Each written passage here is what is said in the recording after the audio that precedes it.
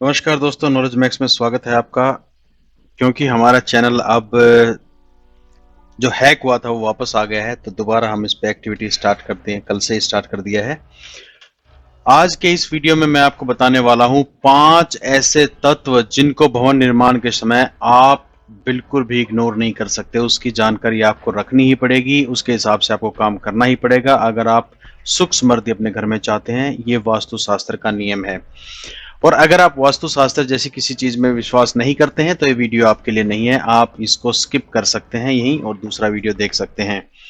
तो दोस्तों, वास्तुशास्त्र के वो पंचभूत और उनका महत्व क्या है वो मैं आपको बताने वाला हूं। भवन निर्माण में क्या इनकी खास चीज है, कहां पे आपको इसको इस्तेमाल करना चाहिए, वो आपको सारी चीजें मैं इस वीडियो में बताने वाला हूं। तो पहली चीज है, आपको जानना चाहिए कि वो पंचभूत क्या क्या हैं। दोस्तों, ये हैं पृथ्वी, अग्नि, जल, आकाश, वायु। और इसको सनातन धर्म में कहा गया है कि ये इससे पूरा शरीर, जो नश्वर शरीर है, इसी से बना हुआ है। तो भवन निर्माण में ये जो 5 चीजें हैं, इनका बहुत बड़ा महत्व है वास्तुशास्त्र के हिसाब से। किस चीज का क्या महत्व है, उसको जब आप भवन निर्माण करें आपको कैसे उसको ध्यान रखना चाहिए, इस सब की जानकारी मैं आपको देने वाला हूं। पहले बात करते हैं पृथ्वी की। और दोस्तों, भवन निर्माण को यहाँ पे डिवाइड कर दिया गया है अलग अलग कोनों में। ईशान कोण जो सबसे महत्वपूर्ण, जिसको बताते हैं वास्तुशास्त्र के हिसाब से, और वो ये नॉर्थ ईस्ट कोना होता है। फिर पूर्व में आ गया है, आग्नेय आ गया है, दक्षिण आ गया है, नैऋत्य आ गया है, पश्चिम आ गया है, वायव्य आ गया है, उत्तर आ गया है। ऐसे इसको बांटा गया है। घर के मध्य भाग को ब्रह्म स्थल कहते हैं। इसको हमेशा खाली रखना चाहिए, ये ध्यान रखना आपको। तो सबसे पहले बात करते हैं पृथ्वी की। अलग अलग जो टिप्स हैं वो मैं आपको देता रहूंगा, लेकिन इन पंचभूत का जानना बहुत जरूरी है। पंचभूत में पृथ्वी का बहुत बड़ा स्थान है, क्योंकि आपको घर तो पृथ्वी पर ही बनाना है। आपको ये खास ध्यान रखना है कि वास्तुशास्त्र के अनुसार जो भवन का नेतृत्व कोण है, ये जो कोना है, इसको आपको ऊंचा और भार युक्त रखना है। तो कहने का मतलब ये है कि घर का ये कोना हमेशा सबसे ऊंचा और हैवी होना चाहिए। आप यहाँ पे एक्स्ट्रा कंस्ट्रक्शन करा सकते हैं, कुछ चौतरा बनवा सकते हैं, कुछ वो आपको देखना है कैसे बनाना है। और इस डायरेक्शन में मैंने उत्तर को बिल्कुल नॉर्थ में लिया, ऊपर लिया है। तो आप इस तरीके से अपने घर की डायरेक्शन को देख सकते हैं। दोस्तों, दूसरा जो काम आता है वो आता है अग्नि का। अग्नि के बारे में कहा जाता है कि this is very good servant but bad master. तो अग्नि देवता जब भी मतलब आप उसकी आराधना करते रहेंगे और वो आपको फलीभूत करते रहेंगे, तो ये बहुत ही स्ट्रॉन्ग चीज है। आग्नेय कोण अग्नि का प्रतीक है। तो आग्नेय कोण आप देख सकते हैं, ये आग्नेय कोण है। यहाँ पे मैंने इसको स्टॉप कर दिया, दोबारा चला देता हूँ। आग्नेय कोण ये है, ये अग्नि का प्रतीक है।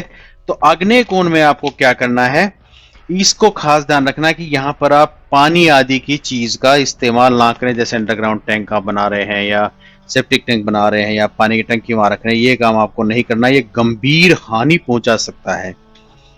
इसमें सावधानी करने से गंभीर हानि पहुंचा सकता है। और आपको इसमें जो अगर पूर्व दिशा, इसकी आग्नेय दिशा की बात करें, तो इसमें आप अपनी रसोई बना सकते हैं। रसोई एक्चुअली इसी में होनी चाहिए। जो दक्षिण पूर्व का जो आपका हिस्सा है, रसोई इसी में होनी चाहिए। और यज्ञशाला भी अगर आप बनाना चाहते हैं यहाँ बना सकते हैं। बिजली के मीटर आप यहाँ लगा सकते हैं। ऐसी चीजें जो अग्नि से संबंधित हैं वो आप यहाँ रखिए। डेफिनेटली आपको बहुत अच्छा उसका प्रभाव मिलेगा। ये वास्तुशास्त्र का नियम है अग्नि के बारे में। तो अगली जो बात करते हैं हम, वो है जल। दोस्तों, जल हमारे जीवन का ऐसा हिस्सा है कि हम खाना खाए बगैर कुछ दिन रह सकते हैं, लेकिन जल के बगैर नहीं रह सकते। ये हमारे जीवन का आधार है, हमारे नहीं सभी प्राणियों के जीवन का आधार है। और हम जानते हैं कि पृथ्वी पर या मानव शरीर में लगभग 3/4 जल होता है। तो आपको ये ध्यान रखना है कि पानी की टंकी इत्यादि जो चीजें होती हैं, और या जल से युक्त कोई चीजें होती हैं, तो उसको समुचित आप इसको जगह दें। ये जल के लिए बहुत जरूरी है। ठीक है, ये अगला अगला जो मैंने आपको बताया था, ये इसका तत्व है। अगला हमारा जो तत्व है वो है आकाश। पृथ्वी, अग्नि, जल, आकाश। तो दोस्तों, आकाश के बारे में, आकाश तो ब्रह्मांड मतलब बहुत बड़ी जगह है, इसके बारे में कुछ वर्णन करने की जरूरत नहीं है। पंच तत्वों में सबसे विस्तृत जो तत्व है, जो सबसे बड़ा तत्व है, वह आकाश है। अंतरिक्ष या खगोलीय पिंड इसमें स्थित होते हैं। रात को आप देख सकते हैं पता नहीं कितनी हजारों करोड़ों गंगाएं होंगी जिसको हम नहीं जानते हैं। और ऐसी जो इस आकाश के बारे में जो कहा जाता है कि ये सभी बल विकिरण और तरंगे के जो आकाश के माध्यम से ही हमारे द्वारा प्रकाशित होती हैं और यही पृथ्वी पर सीधा प्रभाव डालती हैं। अलग अलग ग्रहों का प्रभाव भी डेफिनेटली आकाश के रास्ते से ही पड़ता है। तो आकाश का जो महत्व है वो बहुत ही जबरदस्त है। तो वास्तु के अनुसार ऐसे भवन बनाए जाते हैं जिन पर आकाश तत्व के सकारात्मक प्रभाव का लाभ प्राप्त हो। ये आपको ध्यान रखना है कि आपको बेसिकली करना क्या है कि भवनों में जो आकाश तत्व है उसको प्रभाव सही से प्रभाव पाने के लिए आप अपने कमरों की ऊंचाई थोड़ी अधिक रख सकते हैं। जैसे जनरली आजकल देखा गया फ्लैट में लोग कोई 7.5 फीट पे, कोई 8 फीट पे छत दे देता है। नहीं, उसको आप 10 फीट से ऊपर ले जाइए। ये काफी इसका अच्छा प्रभाव पड़ता है, हेल्थ के हिसाब से भी इसका अच्छा प्रभाव पड़ता है। और इसे ब्रह्म स्थान भी कहा जाता है। जो घर का जो ये सेंट्रल पार्ट है इसका ब्रह्म स्थान भी कहा जाता है। ब्रह्म स्थान पर कभी कोई भारी वस्तु का निर्माण ना करें। मैंने आपको पहले भी कहा था इसको खाली रखें। घर का जो सेंट्रल पोजीशन है, जो मध्य भाग है, ये जो मध्य भाग है ये ब्रह्म स्थान है। आपको यहाँ पर इसको खाली रखना है। और अगर आप इसको इस पर्टिकुलर जो एरिया में आपको बता रहा हूं, इसको अगर आप कुछ ठीक से नहीं मेंटेन करते हैं तो ये विकास में बहुत बड़ा बाधक बन सकता है। ये है आकाश का पार्ट। अगला है वायु दोस्तों।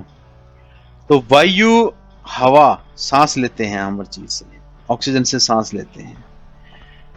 चेतन जगत में वायु का या जो हवा है वो जीवन की सर्वोच्च आवश्यकता है। खाने के बगैर हम काफी देर रह सकते हैं, पीने के बगैर भी कुछ देर रह सकते हैं, जल के बगैर भी, लेकिन हवा के बगैर हम सेकंड्स में रह सकते हैं। तो हवा बहुत जरूरी है। आपका जो भवन का ईशान कोण है, ये जो कोण है ये हवादार और खुला होना चाहिए।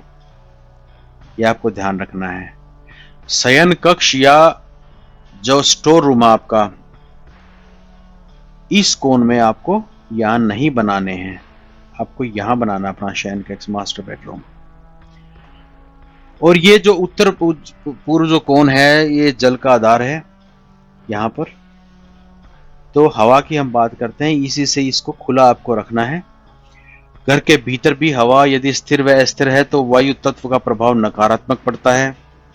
तो वास्तु शास्त्र में भवन या भूखंड के उत्तर पश्चिम कोण, जो वायव्य कोण, इसलिए इसका नाम भी इसलिए दिया गया है। ईशान को तो आपको ठीक रखना ही रखना है, वायव्य कोण जो है उसको वायु स्थान माना गया है।